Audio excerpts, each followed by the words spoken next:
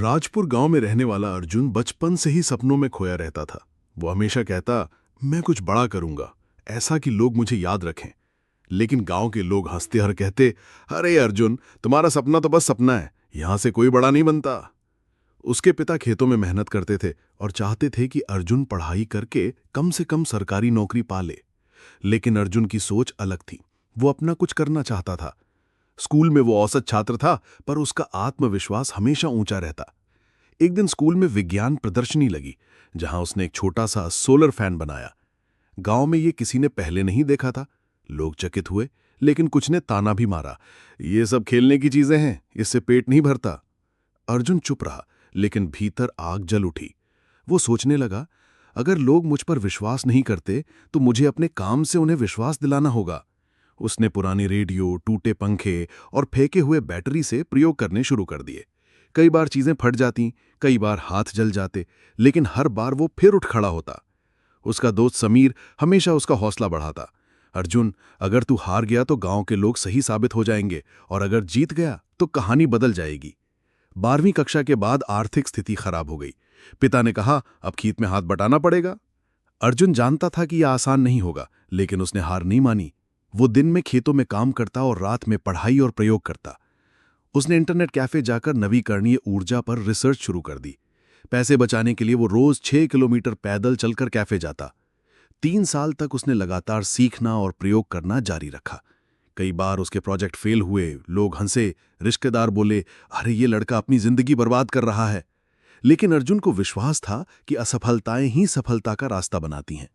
एक दिन उसने सोलर पावर से चलने वाली सिंचाई मशीन का मॉडल तैयार कर लिया। ये सस्ती, आसान और बिजली के बिना भी काम करने वाली थी। उसने इसे गांव में लगाकर दिखाया। खेतों में पानी आसानी से पहुंचने लगा, डीजल का खर्च बच गया। किसानों की आंखों में पहली बार उसके लिए सम्मान झलकने लगा। खबर फैली और नजदीकी कस्बे के अखबार ने उसकी कहानी छाप दी। गांव का लड़का बना किसानों का मसीहा।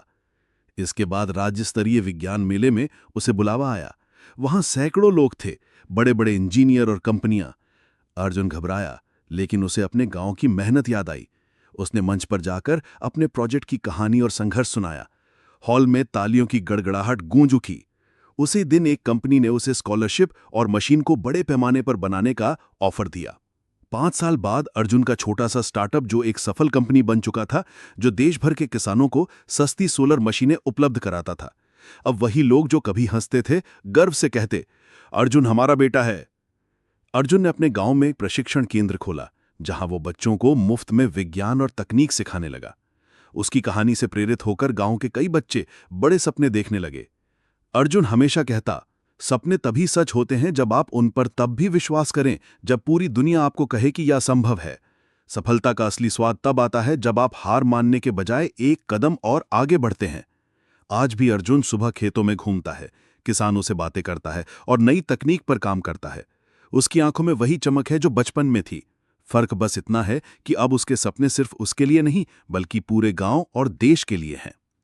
ये कहानी हमें सिखाती है कि हालात चाहे कितने भी कठिन हों, अगर इरादा मजबूत हो और मेहनत लगातार हो, तो कोई भी सपना दूर नहीं। आलोचनाएं, असफलताएं और मुश्किलें बस आपके इम्तिहान हैं। अगर आप डटे रहे तो वही मुश्किलें आपकी जीत की सीढ़ी बन जाएंगी।